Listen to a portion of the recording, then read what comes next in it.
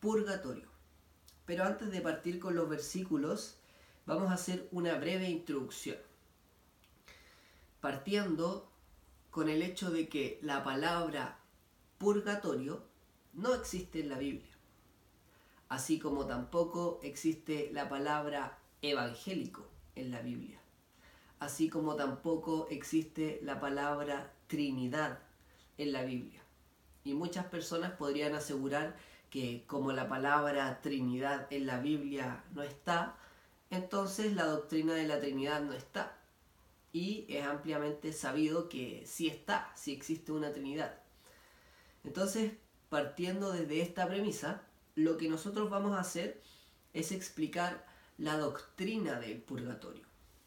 Esta doctrina del purgatorio dice que existe un lugar que está entre el cielo y la tierra, al cual nosotros llamamos purgatorio por el simple hecho de que ese es el lugar donde nosotros vamos a purgar o donde vamos a pagar nuestras deudas. Para las personas evangélicas y otras denominaciones solamente existe el cielo y el infierno. Por lo tanto, si nosotros cometemos un pecado, nos vamos al infierno y no existe este lugar intermedio llamado purgatorio por los católicos. La pregunta es, ¿ese es el Dios que ellos predican? Porque en el fondo, si Dios es el juez que va a juzgar todas nuestras acciones en vida, y es además un juez justo, eso no cabe en la mente de un juez justo. No es lo mismo una persona que mató a su madre a una persona que robó una gallina, ¿verdad? Lo que sí estamos de acuerdo es que todo el que cometa un pecado debe pagar una pena, pero sí va a haber una diferencia entre un pecado y otro pecado. Partamos viendo entonces Primera de Juan, capítulo 5, versículo 16, donde dice: si alguno ve que su hermano comete un pecado que no es de muerte, pida y le dará vida. Entonces, en primer lugar, aquí está afirmando esta doctrina del purgatorio, en donde existen pecados que no son de muerte. Sigo. A los que cometan pecados que no son de muerte, pues hay un pecado que es de muerte, por el cual no digo que pida.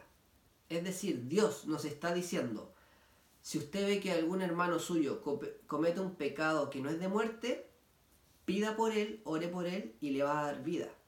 Pero solo a los que cometan pecados que no son de muerte, pues hay pecados que sí son de muerte y por ellos no vale la pena pedir. Entonces, en este versículo nos está haciendo esta primera distinción entre lo que es un pecado de muerte y el que no lo es. Por lo tanto, no todo pecado lleva a la muerte eterna, que para los católicos la muerte eterna es el infierno, ¿ya? La Biblia dice que si oramos por esa persona, Él les dará vida. Por lo tanto, hay una esperanza para esta persona. La vida que perdieron en el Génesis los humanos por haber comido el fruto prohibido puede ser recuperada, ¿ya? Rogando por ellos, porque así es la misericordia de Dios.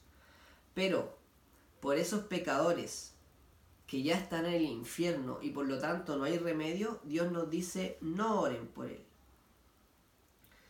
Versículo 17. Sigo. Toda iniquidad es pecado, pero hay pecados que no es de muerte.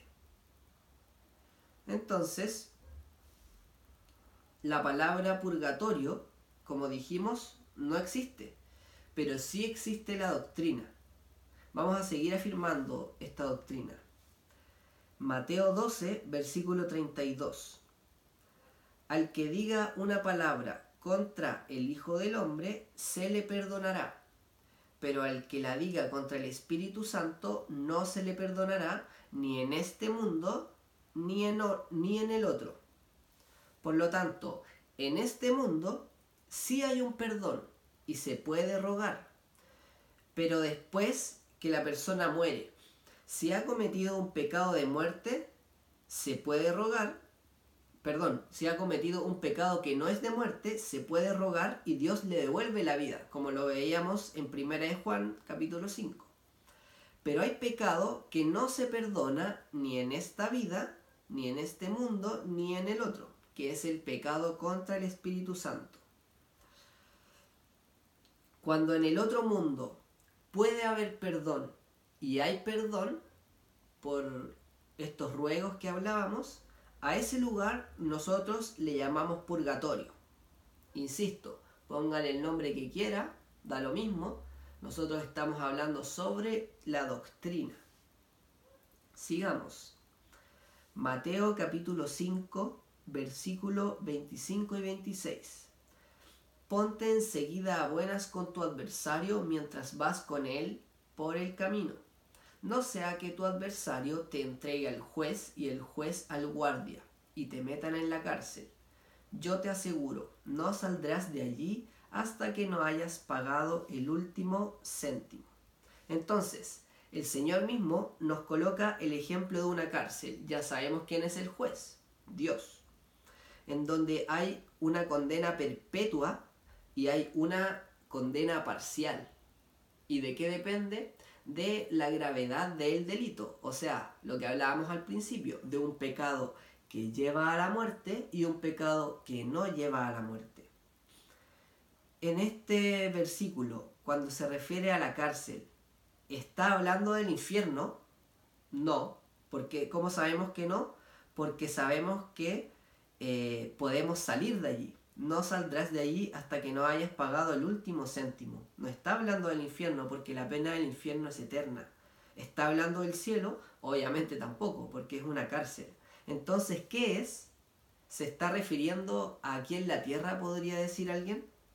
Y no, porque cuando vamos en camino, parte diciendo, eso sí es en la tierra.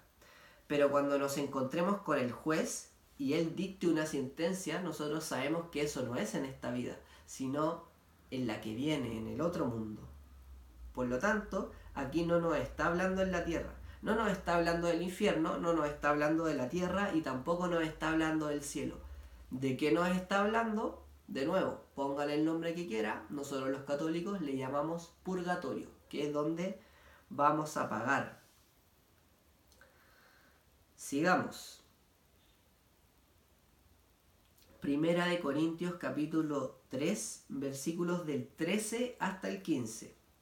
Dice, la obra de cada cual quedará al descubierto, la manifestará el día, que ha de revelarse por el fuego, y la calidad de la obra de cada cual la probará el fuego. El fuego es símbolo del infierno, ¿cierto? Para nosotros los católicos también es símbolo del purgatorio el fuego. Pero hay una distinción. Aquel cuya obra construida sobre el cimiento resista, recibirá la recompensa.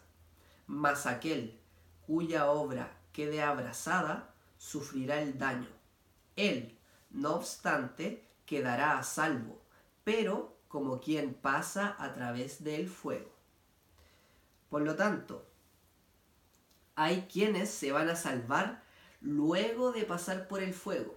Eso es a lo que nosotros llamamos purgatorio. Pero los que se van al infierno, no existe esta posibilidad, porque el infierno es eterno. ¿Dónde vemos esto? En Apocalipsis 20:10. Y el diablo, su seductor, fue arrojado al lago de fuego y azufre, donde están también la bestia y el falso profeta, y serán atormentados día y noche por los siglos de los siglos. Eso es infierno. Pero si Dios nos está hablando de un lugar que es como el fuego, pero en el cual mediante oraciones la persona se puede salvar, no es el infierno, porque no es un fuego en donde son atormentados día y noche por los siglos de los siglos.